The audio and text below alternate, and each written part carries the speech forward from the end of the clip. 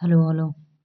तो हम लोग पिछले चैप्टर में लेखक परिचय था, उसका पूरा परिचय देखें और उसका ऑब्जेक्टिव जितने सारे बनते थे वो 30 ऑब्जेक्टिव लेखक परिचय से बने थे, उसे कह रहे थे। या भी जो पाठ के बारे में, पाठ के अंदर जितने सारे क्वेश्चन पढ़ना उसका ऑब्जेक्टिव और क्वेश्चन आंसर करेंगे इस वीडियो में। तो आप लोग लास्ट तक बने रहिएगा। पीडीएफ के लिए टेलीग्राम या व्हाट्सएप पर फ्री ऑफ कॉस्ट रहेगा, पीडीएफ डाल देंगे। आपके एग्जाम के लिए रिविजन होगा, एक तरह से बाउंस आउट की तरह ये चैप्टर होगा। ओके, तो स्टार्ट करता हूँ। स्टार्ट करने से पहले जितने सारे पार्ट के अंदर पढ़ना उसको एक एक तरह से समराइज कर देता हूँ, उसके बाद ये ऑब्जेक्टिव का क्वेश्चन करेंगे ताकि हम लोग को क्वेश्चन करने में आराम आराम होगा। ठीक, तो आप लोग भी रफ कॉपी ले लीजिएगा, मेरे साथ साथ आप भी लिखिएगा, इसीलिए आपको भी रिवीजन होगा, हमको भी होगा। ओके, ठीक है, तो आप लोग रफ कॉपी ले लीजिएगा। जी ठीक।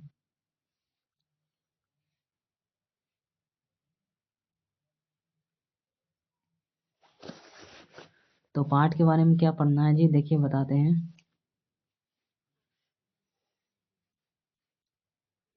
पहला ये चैप्टर क्या बातचीत है ना, तो बातचीत का लेखक कौन है? बालकृष्ण भट्ट जी है। ये बातचीत है जी। बातचीत के लेखक कौन थे? तो बालकृष्ण भट्ट। बालकृष्ण भट्ट थे। बालकृष्ण भट्ट जी थे। लेखक परिचय जितने थे हम लोग ने पढ़ लिए थे। अगला अब हम लोग लेखक जो पाठ के बारे में, पाठ के अंदर जितने सारे पढ़ने वो पढ़ेंगे। ठीक, पाठ के अंदर उसके रिलेटेड जितने सारा ऑब्जेक्टिव बनेगा वो एक तरह से रिवीजन समराइज कर देता हूँ। ठीक, ओके तो देखते हैं। पहला पॉइंट देखते हैं कि ईश्वर द्वारा, पहला पॉइंट में देखिएगा जी, ईश्वर द्वारा ईश्वर द्वारा प्रदत्त शक्ति है वो क्या है? जो ईश्वर द्वारा हमारा जो दिया गया प्रदत्त शक्तियों में से एक क्या है? तो बातचीत है। पहला ऑब्जेक्टिव ये बनेगा। ऑब्जेक्टिव एक यहाँ से बनता है कि ईश्वर द्वारा प्रदत्त शक्तियों में से एक कौन है? तो बातचीत है। दूसरा पॉइंट देखते हैं जी, दूसरा पॉइंट क्या है? तो असल बातचीत कितने व्यक्तियों के बीच होता है? दूसरा पॉइंट पढ़ते हैं कि असल बातचीत कितने व्यक्तियों के बीच होता है? कितने व्यक्तियों के बीच होता है? असल बातचीत कितने व्यक्तियों के बीच होता है? तो दो व्यक्तियों के बीच। और किसने कहा था? तो एडिसन ने। किसने कहा था? तो एडिसन ने। ठीक, तीसरा पॉइंट इसमें है कि रबिन्सन क्रूसो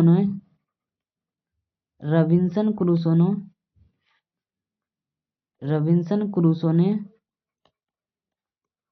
कितने वर्षों के बाद मनुष्य के मुंह से बातचीत मतलब बात सुने थे? कितने वर्ष, कितने वर्ष के बाद वो मनुष्य से बात वो सुने थे? तो 16 वर्ष बाद। और किससे सुने थे? तो फ्राइडे से। ठीक, फ्राइडे से। पूछेगा कि रविंसन क्रूसे ने कितने वर्ष के बाद मतलब कि मनुष्य के मुंह से बातचीत सुने थे? तो वह 16 वर्ष के बाद। और किससे सुने थे? तो फ्राइडे में। कौन सी भाषा में? तो जंगली भाषा में। ठीक, जंगली भाषा में। अगला पॉइंट देखते हैं। अगला पॉइंट क्या है? असल बातचीत दो व्यक्ति बीच एडिसन ने कहा था। और क्या एडिसन और बेन जॉनसन ने क्या कहा था? बेन जॉनसन के बारे में बेन जॉनसन ने कहा कि बोलने से ही मनुष्य का रूप का साक्षात्कार होता है। बोलने से ही मनुष्य का रूप का साक्षात्कार होता है। मनुष्य रूप का साक्षात्कार होता है।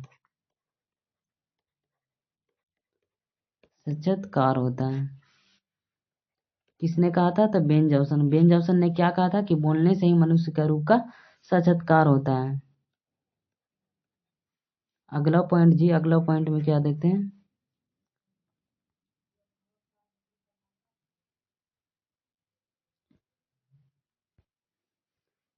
स्वयं से किया हुआ बातचीत क्या होता है?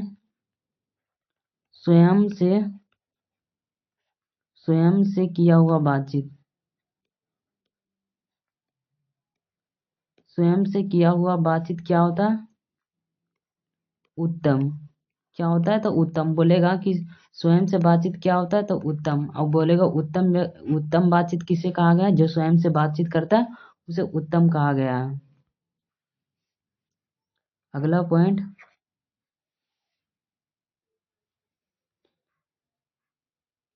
तीन लोगों के बातचीत को क्या बताया गया है? तीन लोगों को बातचीत के बारे में क्या बोला गया है? कि बातचीत, तीन लोगों की बातचीत को अंगूठी के नख के समान बताया गया। अंगूठी के नख के समान बताया गया। क्या गया? तीन लोगों की बातचीत क्या बताया गया? तो अंगूठी के नख के समान बताया गया। इससे पहले पॉइंट क्या था कि स्वयं से किया हुआ बातचीत क्या होता है? तो उत्तम होता है। ऑब्जेक्टिव में पूछा जाएगा कि उत्तम बातचीत क्या होता है? स्वयं से बातचीत किया हुआ उत्तम बातचीत होता है। अगला पेज सेलेक्ट कर लेते हैं हम।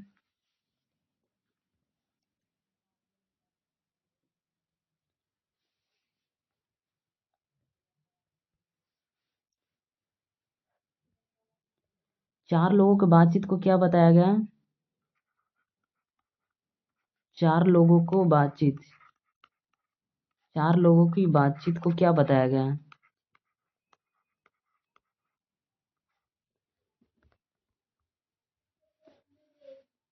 अगला पॉइंट कि चार लोगों की बातचीत को क्या बताया गया इसमें? चार लोगों की बातचीत को कहा गया राम रमोवल। राम रमोवल बताया गया। चार लोगों की बातचीत को राम रमोवल बताया। और चार लोगों से अधिक बातचीत को, चार लोगों के बीच अधिक बातचीत को फॉर्मेलिटी बताया गया है। तो ये नहीं पूछा जाता, ये पूछा जाता है कि चार लोगों की बातचीत को क्या कहा गया था? राम रमोवल।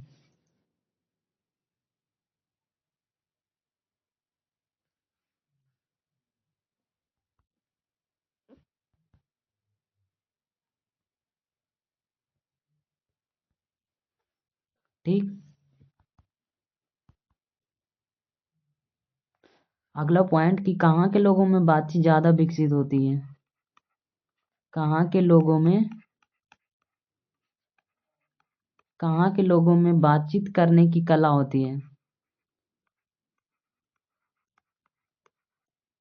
बातचीत करने की कला होती है।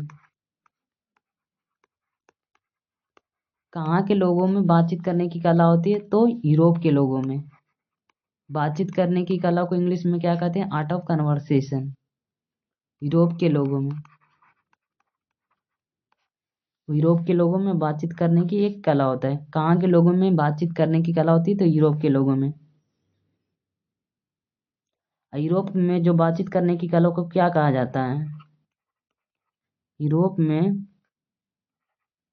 यूरोप में लोगों को, लोगों के बातचीत करने की कला, लोगों के बातचीत करने की कला को क्या बताया गया?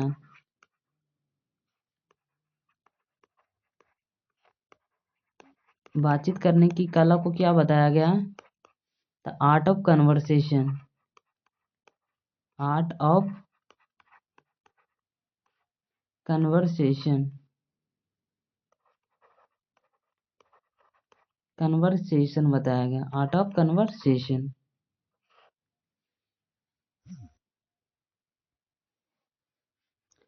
अगला पॉइंट,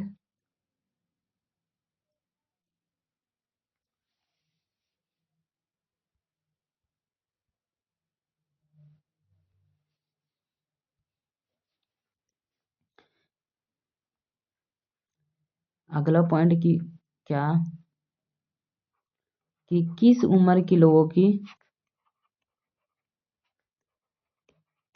किस उम्र के लोगों की बातचीत,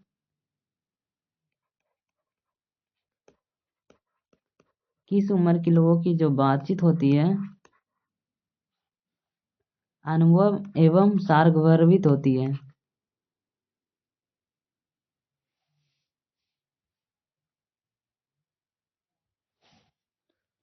अनुभव एवं अनुभव एवं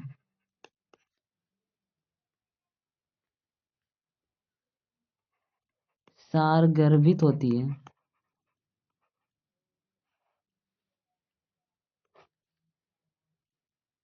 सारगर्भित होती है। कितने उम्र के लोगों को, मतलब 25 वर्ष से अधिक, 25 वर्ष से अधिक की उम्र,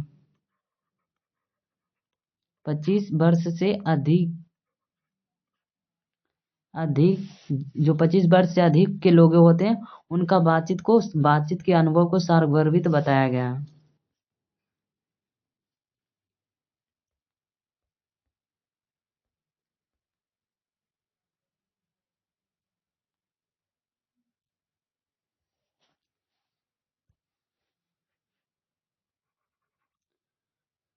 दो सहेलियों के बीच बातचीत को क्या बताया गया है? दो सहेलियों की बातचीत, दो सहेलियों के बीच बातचीत।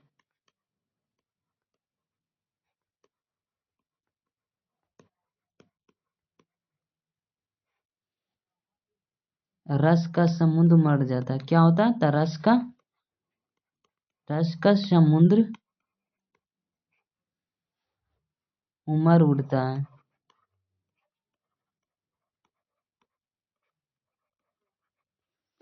दो सहेलियों के बीच बातचीत क्या होता है? तरस का समुद्र उभर उठता है। अब बोलेगा दो सहेलियों के बीच बातचीत तरस का समुद्र के बारे में बताएगा।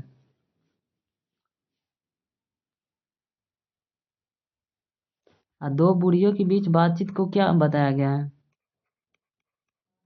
दो बूढ़ियों के बीच बातचीत,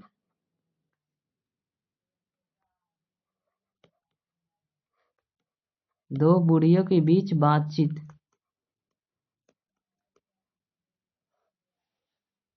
बातचीत किसके शिकायतें पर होती है? तो बहू बेटियों की शिकायतों पर होती है। वो हमेशा बहू बेटियों की शिकायतें पर करती है, दो बूढ़ियों के बीच बातचीत की। अगला पॉइंट देखते हैं।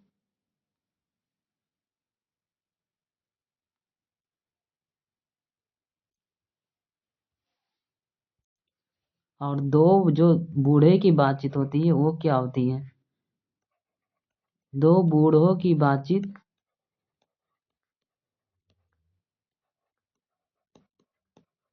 दो बूढ़े की बातचीत किसकी शिकायतें पर होती है? तो जवानों की शिकायतें पर होती है। जवानों की शिकायतों पर होती है। जीवाणु की शिकायतें पर होती है।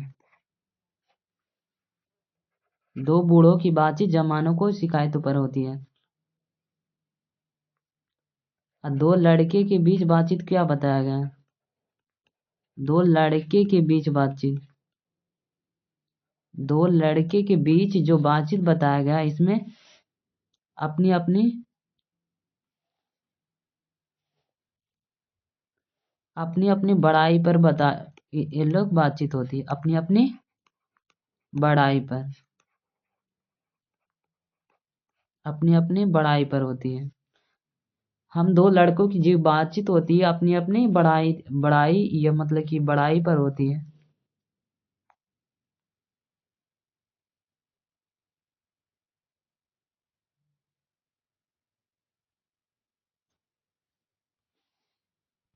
बस इतने सारा ही पॉइंट है, पूरा रिवीजन कर देते हैं जी। इतना पॉइंट फिर से रिवीजन करा देते हैं एक बार। देखिएगा पहला क्या कह रहा है कि बातचीत क्या किसके किसने मतलब लिखा है बातचीत? तो बातचीत बालकृष्ण भट्ट ने लिखा है। और पाठ के अंदर जितने सारे पॉइंट है वो महत्वपूर्ण पॉइंट को पढ़ना है। पहला पॉइंट पढ़ना है क्या? ईश्वर द्वारा प्रदत्त शक्तियों में से एक है तो क्या है? तो बातचीत है। असल बातचीत कितने व्यक्तियों के बीच होता है? तो दो व्यक्तियों के बीच। किसने कहा था? तो एडिसन ने कहा था कि असल बातचीत कितने व्यक्तियों के बीच होती है? तो दो व्यक्तियों के बीच। ये किसने कहा था? तो एडिसन ने कहा था। रॉबिन्सन क्रूसो ने कितने वर्ष के बाद मतलब कि मनुष्य के मुंह से बातचीत सुने थे? तो बस 16 वर्ष के बाद। और किससे सुने थे? तो फ्राइडे से सुने थे। और किस भाषा में? तो जंगली भाषा में। अगला पॉइंट क्या कहता है कि बेन जॉनसन ने कहा था कि बोलने से ही मनुष्य का रूप का साक्षात्कार होता है या गुण दोष का प्रकट होता है। यह बेन जॉनसन ने कहा था। किसने कहा था? बेन जॉनसन ने कहा था।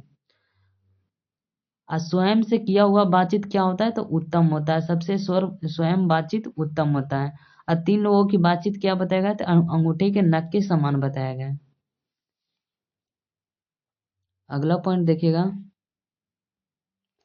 कि चार लोगों की बातचीत क्या को राम रमोल कहा गया था, और चार लोगों से अधिक बातचीत को फॉर्मेलिटी कहा गया। कहाँ के लोगों में बातचीत करने की कला होती है, तो यूरोप के लोगों में बातचीत करने की कला होती है। यूरोप में लोगों की जो बातचीत करने की कला होता है उसे क्या कहा जाता है जी, आर्ट ऑफ कन्वर्सेशन। यूरोप के लोगों में जो बातचीत करने की कला होती है उसे क्या कहा जाता है, आर्ट ऑफ कन्वर्सेशन।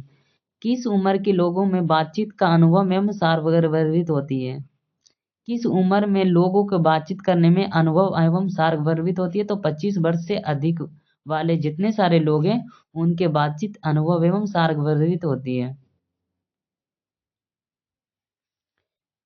दो सहेलियों के बीच बातचीत को क्या बताया गया, तो रस का समुद्र उभर कर मतलब कि उठता है, वो बताया गया है कि दो सहेलियों के बीच बातचीत रस का समुद्र उभरता है। और दो बुढ़ियों के बीच बातचीत क्यों बताया गया, तो बहू बेटियों की शिकायतें पर हुआ करती है। और दो बूढ़ों के बीच जो बातचीत हो वो किसकी शिकायतों पर होती है, तो वो जवानों की शिकायतों पर होती है। और दो लड़कों के बीच बातचीत क्या होती है, तो अपनी अपनी ये बड़ाई करती है। ठीक, इतने सारे इम्पोर्टेंट पॉइंट था जो जान गए। अब इसका ऑब्जेक्टिव टेस्ट लगा लेते हैं जी, और उसके बाद क्वेश्चन आंसर कर लेंगे।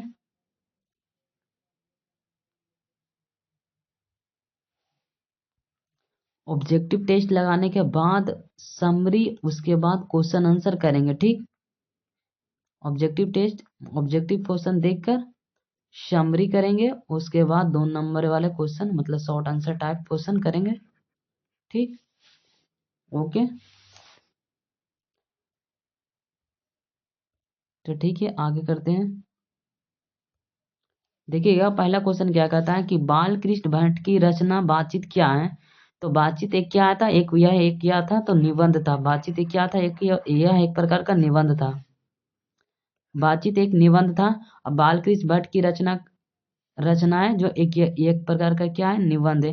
अब बातचीत जो पाठ है वो लेखक बालकृष्ण भट्ट है, किस युग के काल थे, किस काल के थे, तो वह आधुनिक काल के थे। आधुनिक काल ये भी पूछा जाता है जी, आधुनिक काल। और किस युग के पूछेगा था, तो भरतेंदु युग के, भरतेंदु युग के थे, भरतेंदु युग के थे, वो भरतेंदु युग के थे। ठीक, अगला क्वेश्चन देखते हैं कि बातचीत शीर्षक निबंध के निबंधकार का नाम बताएं। बातचीत शीर्षक जो उनके निबंधकार कौन है, तो बालकृष्ण भट्ट जी हैं। अगला क्वेश्चन देखिएगा कि खाली जगह को भरे, अनेक प्रकार की शक्तियां हैं जो वरदान की भांति ईश्वर ने मनुष्य को दी है। उनमें से एक क्या है, तो उनमें से एक क्या है, वाक शक्ति है। उनमें से एक वाक शक्ति है, जो शक्तियों जो वरदान में मिली है भांति ईश्वर से मनुष्य को जो दिया गया है। अगला क्वेश्चन क्या करा कि जैसा काम वैसा पन्ना किस लेखक के द्वारा रचित है, तो ये चैप्टर जो लेखक परिचय कराते थे उसमें भी ऑब्जेक्टिव आया था। उसका क्वेश्चन आंसर मतलब कि जब बुक वाला एक्सप्लेनेशन वाला जो चैप्टर लेखक परिचय उसमें देखे थे, तो किसका है, तो बालकृष्ण भट्ट का। अगर नहीं देखे होंगे तो देख लीजिएगा।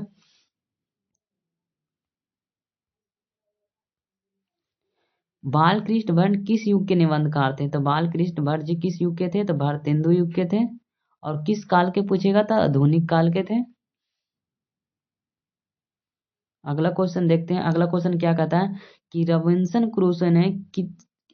क्रूसो ने 16 वर्ष के उपरांत किसके मुंह से एक बात सुनी थी, तो फ्राइडे के मुंह से। कितने साल बाद, तो 16 वर्ष बाद।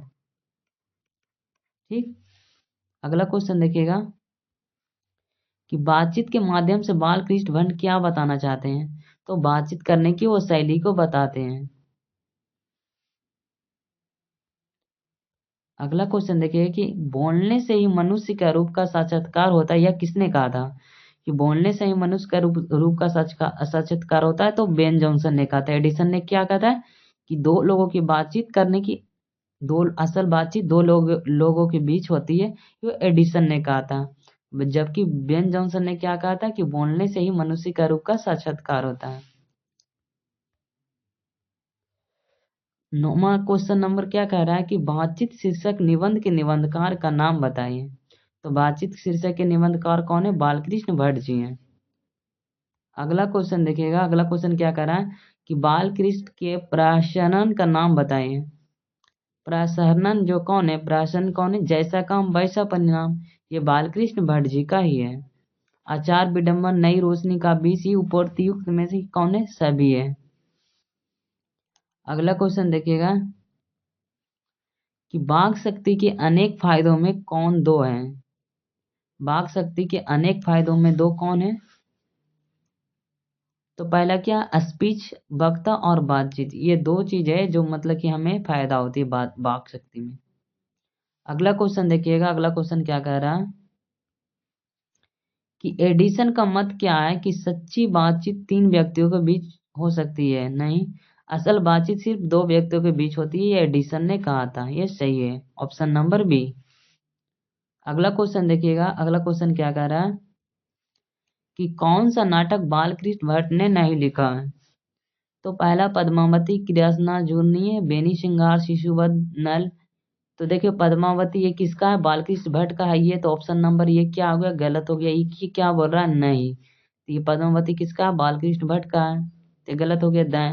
अब क्वेश्चन नंबर दूसरा देखिएगा, ऑप्शन नंबर शिक्षाबद्ध, आचार विडंबन, नई रोशनी का बीज। नई रोशनी का बीज जो बीज है वो किनका है? तो ये क्या है? बालकृष्ण भट्ट का ही है, इसलिए ये भी आंसर नंबर गलती हो गया। Question number option number C देखिएगा, मेघनाथ वध। मेघनाथ वध किसका है? तो बालकृष्ण भट्ट का है, ये भी गलत हो गया। कौन बोल रहा है? नहीं है।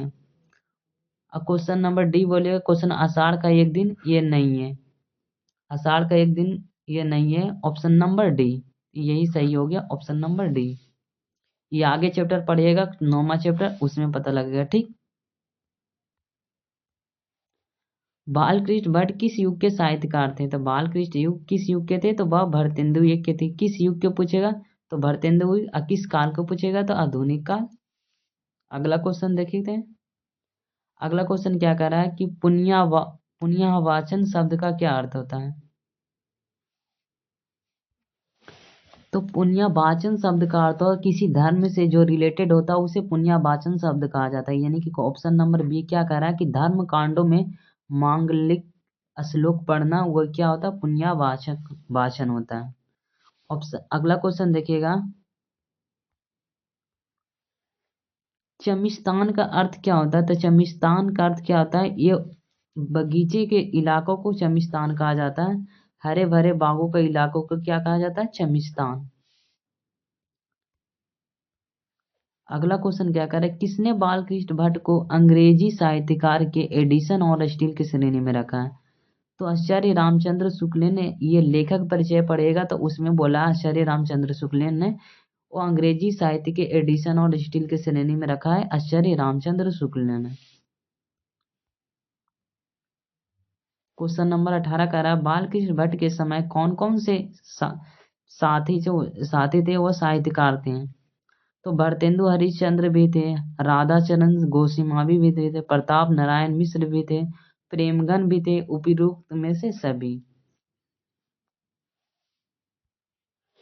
अब इसके बाद ऑब्जेक्टिव समाप्त हो गया, इसके बाद समरी करेंगे। समरी यानी कि सारांश, सारांश करेंगे, सारांश करेंगे। उसके बाद क्या करेंगे? क्वेश्चन आंसर करेंगे, क्वेश्चन आंसर, क्वेश्चन आंसर करेंगे। उसके बाद क्वेश्चन आंसर करेंगे, ठीक।